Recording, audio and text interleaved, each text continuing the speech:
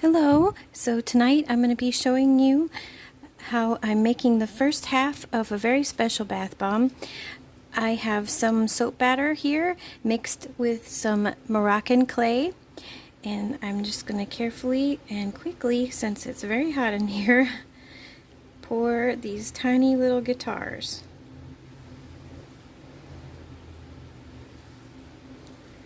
This mold is quite small, so you just kind of have to keep your, ooh, see, already. Try to flow it into the next one.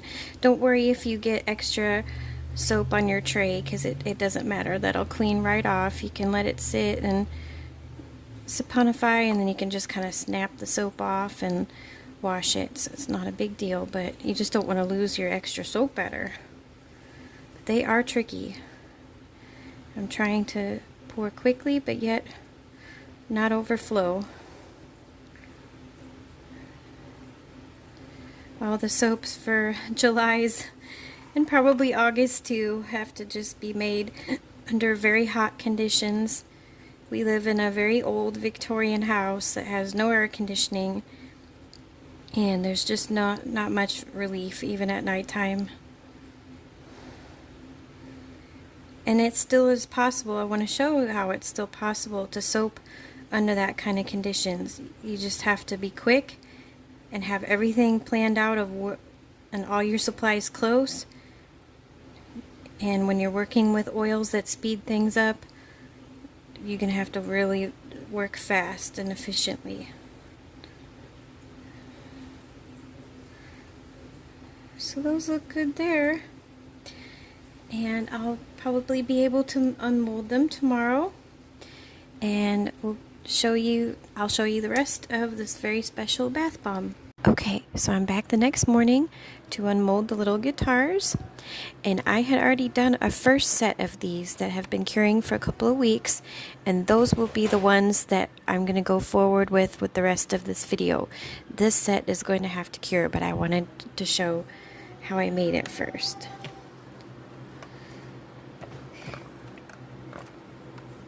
And you have to push very carefully on the skinny part of the guitar so that they don't break. I learned that from the first time. And of course I'll go around the edges and smooth that all out, but those are the little guitars. Okay, so this part of the bath bomb, I'm going to show you my whole process for molding it and little tips and tricks that have always worked for me. So I have my dry ingredients. There's only 3 things: baking soda, kaolin clay, and citric acid. Now, before I even put anything in it wet-wise, I always give it a mix really good, just the dry ingredients. And as I'm mixing it up really good, I'm taking my hands and crushing up any of the little chunks of baking soda, because baking soda tends to kind of clump up in the container. You want to make sure there are no lumps at all. The smoother and more mixed that the dry is first, before you even add any of your wet ingredients, the better, because then it'll be all very evenly distributed. You want that clay, which is baby fine, mixed in with the bigger chunks of the citric acid. Okay. And my recipe, I make everything fresh for people so that they fizz nicely and the essential oils smell very nice. And so I have a full batch, a half batch, and a quarter batch recipes. And depending on how much somebody orders at a time, that tells me how much to make. Okay, so dry is mixed good. This is my melted cocoa butter and shea butter. It is the only wet that I put in. I don't do water, I don't do witch hazel, I don't do anything like that. No liquid ingredients of any kind, just butters. Makes for a very luxurious bath bomb that makes your skin really soft. The cocoa butter smells amazing, so it also helps with the scent. And it helps with the molding process, quite honestly.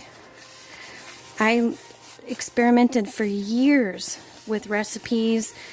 I went back and forth on using things, rubbing alcohol, the witch hazel. I even tried liquid aloe, water, everything that everyone else has tried. And it just, for me, because we live in a very humid climate in the Midwest, it just, none of them ever worked out.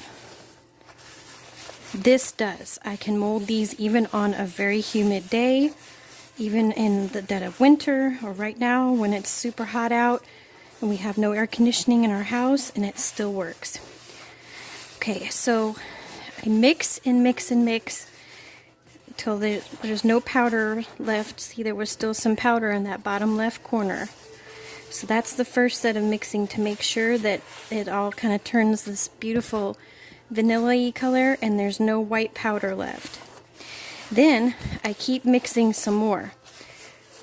And I keep going round and round my bowl and squeeze as I'm mixing. Squeeze with my hand to really work those butters in there. I can't stress that enough. I've said that in other videos with my bath bombs. The more you mix, the better.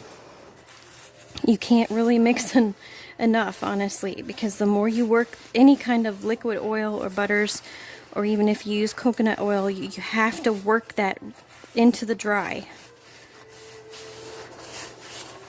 So when it starts to feel like it's like coming together in the bowl like this, and you can go like this and drop it and it stays, it's ready.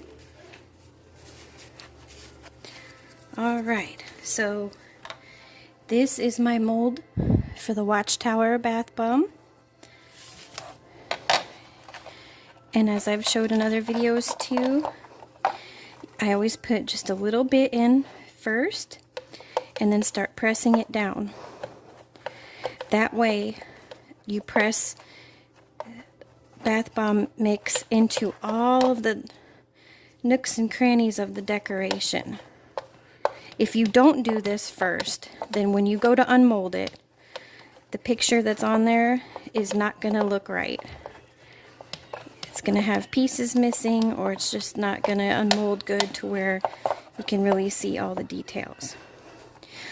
Plus, when you're putting something inside, like all my bath bombs have something, little gift inside, it helps to have half of it in there already. So now here are the naturally colored, cold process little guitars. And I'm going to put that in there like that.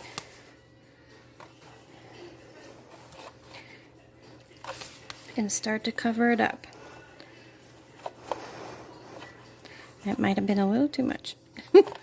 And I hold the mold in my right hand, like so that I'm holding the bottom, whatever the design is, the cavity, and then I start pressing in with my left hand.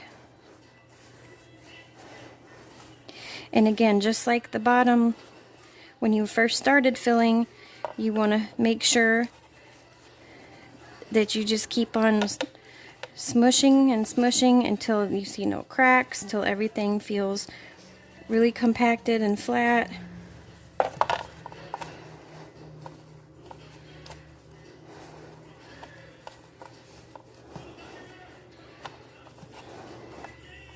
Once I get the initial amount in, then I put it down on the table for the last little bit of pressing.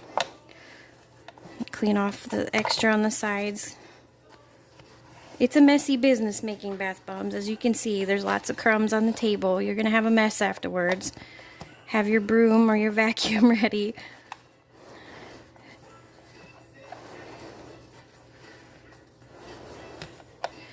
Like I said, make sure you press down until it just won't press down anymore.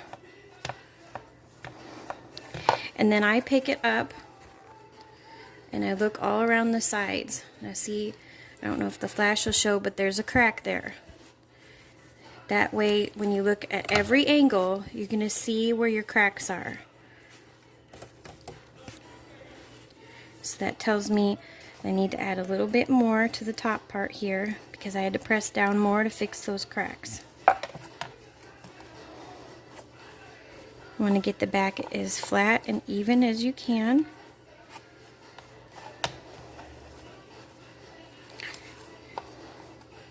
And when I get an order for bath bombs, I'll make them the day I see the order, the day the order's placed, and then I mold them in the morning.